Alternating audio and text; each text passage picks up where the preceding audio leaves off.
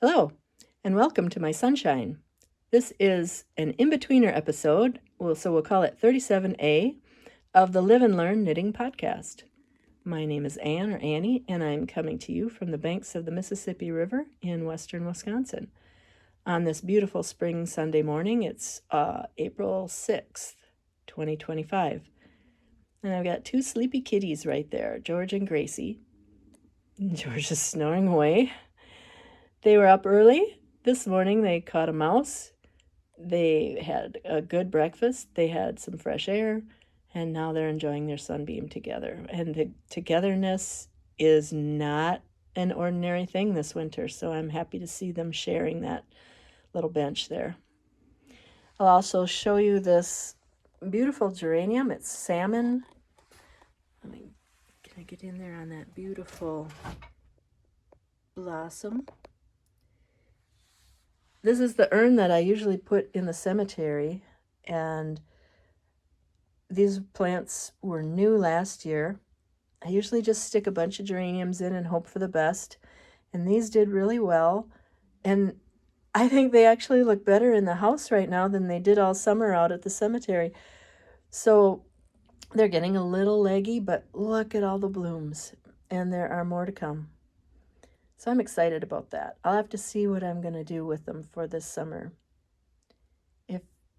I think when I'll harden them off a bit before I put them in the cemetery and hope that they don't get too heavy and break off.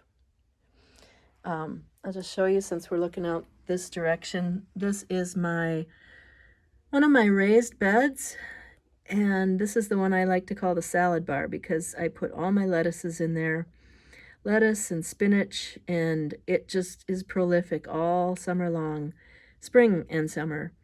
And I will have a variety of butter lettuce and red merlot and romaine, spinach, and it just keeps going. And usually some of those things go to seed, set seed, and it falls in there. And so I was out there yesterday cleaning it out and leveling everything off. And I put the wire shelving on there. That's old wire shelving that I don't use anymore.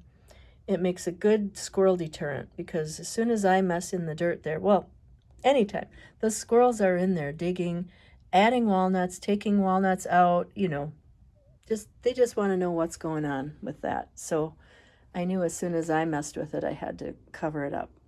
So hopefully some lettuce will start coming up soon. And I might be able to throw spinach seeds out now. I should try that. And I'm sorry you're not seeing my face today.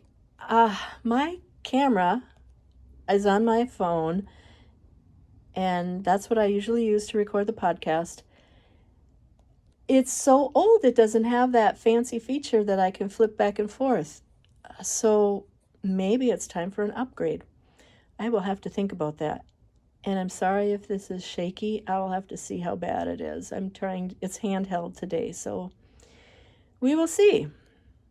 All right, I'm going to turn it around and show you what I want to talk about today in this brief episode on a Sunday morning. I'll zoom out a smidge. This is my Kessenich 4-harness table loom. I bought this online a few years ago because I was looking for a sample loom. The lady who taught us to weave had a small 4-harness loom, and hers was only an 8-inch reed. And it was smaller than this even, and it was dark cherry finish. It was a very pretty loom. And I thought she loved Kessenich Looms. She had many Kessenichs. And I thought that's what that sample loom was, although it's possible that it was something that her husband built special for her, because he was a good woodworker, and he had all those kind of skills. So that's my quest, was to find a small sample loom like that. I really enjoyed that loom. She let us each take that sample loom home with a rose path warp on it, and we would do all of the practice all the iterations of Rose Path of overshot, and make mug rugs and things with it. So anyway, I found this one, and then I bought it, and sadly I didn't use it. And I have 2 other table looms. So last summer I thought, well, maybe I will sell this one. It's not heavy. It's just taking up space. And I took it down to Utopia. They allow equipment on consignment. And so I took it last summer, and no one was interested in it. We lowered the price a bit. Still no takers. So when we went to Viroqua a couple weeks ago, I brought it back with me, and I thought I would try to sell it online. But I decided that I would maybe just try and use it first and see if I like it or not. And I haven't woven anything in. I mean, I have a project on the loom upstairs, sadly, that's been on there for maybe 15 years. So I'm really a slacker as far as the weaving goes. It's terrible. Well, back when I was still living at home, which now that's 30 years ago, this November, I wound a warp chain for some towels, and I was doing it in sections, and I stopped. And I have no idea how long this warp chain is. I wasn't even sure I still had it. I found it in the basement, so here it is. And this is 10-2 cotton, unmercerized cotton. There is a board. This is like one edge. The white is the border, and then there was going to be an accent stripe of this is rust and a pale yellow and a green accent stripe. And then there was going to be this center of white. And this is where I stopped. And then there should have been another chain like this on the other side. And I think maybe even another chain like this in the center. Because I believe this was going to be dish towels. And I was actually following a pattern that is in an old handwoven magazine. And doing what their instructions said. This wasn't just something I was creating on my own. Well, I have no idea, and I don't know that I have notes on this. I could look, but so I don't know how long this warp chain is. I don't even know if these two are exactly the same length. They should be, and that was one reason why I was doing them in hunks, because I was putting a lot of it was going to be a lot of ends on the warping reel. So I wanted to keep them a bit more organized. Well, nothing ever came of it. But here's the warp chain. So what I thought I'd do would be to put it in this loom, thread it, and just weave it up. I counted the ends this morning, and it looks like it's about 230 ends. It was hard to count because here is my,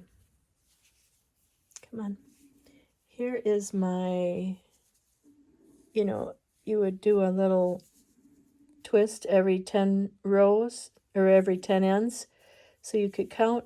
Well, when I got to this color section, I did not. That's all one. That's more than 10 ends in that color section, so I'm not sure how many that is. If I found the hand-woven issue, I could probably tell me. So I'm guessing, and I counted the other one, it'll be close by saying it's about 230. It's 10-2 unmercerized cotton. This is a 15 dent reed. So I looked up, there's a handy chart that Schacht has about how to slay an odd, a reed that, there aren't 30 dent reeds, or 20, I'm not sure what they all are. There's 10, there's 15, there's 12. But I looked up and they said that 10-2 cotton should be woven at 24 ends per inch. So how do you get 24 ends to a 15 dent reed? Well, Shocked in their table says you slay 2 2 1 2 2 1 2 2 1 all the way across. So for my if I'm going to do 30 ends per inch, 230 total ends, that's about 9 inches of weaving, which will fit really nicely. Look at that. My orchid's kind of in the way there. Get my stick on there. So, here's the 9-inch mark. That's about how wide my weaving will be. This is a 14-inch reed. So I will start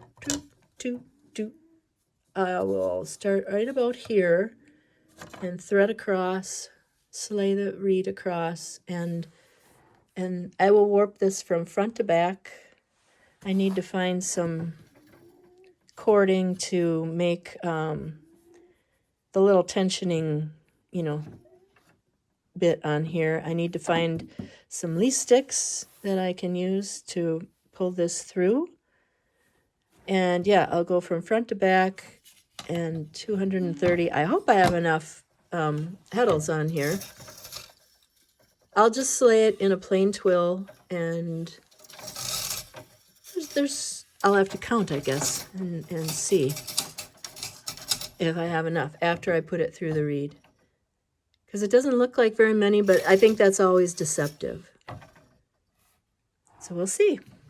That is my project. That's my plan. How fast, will I do it today? I don't know.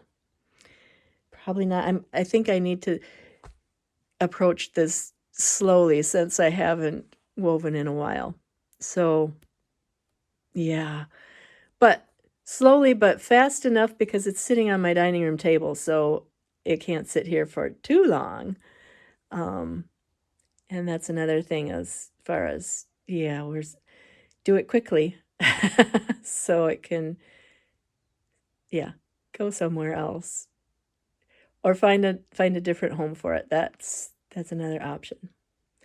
But it's actually, it looks heavy and bulky, but it's not that bad to move around. So that is my episode for today. I will put the link to that Shocked table in the show notes. And Kessenich Looms are out of business, sadly. They were from Wauwatosa, Wisconsin. They made a very sturdy loom, and I believe this is all oak. It is a lovely. When this one came, one of these, I think it was this first one here, right away the cord broke. But that just, it was that one. Easy fix to figure out how to get that all rethreaded. And these are a bit sturdy, clunky, but it moves really nice. So I'm looking forward to getting this project on here and enjoying weaving again. It's going to take a minute, but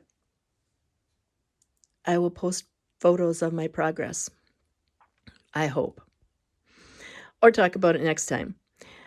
I believe that will be all for today. I hope that you're enjoying some sunshine wherever you are, or making your own sunshine, along with all the other good things that you're making.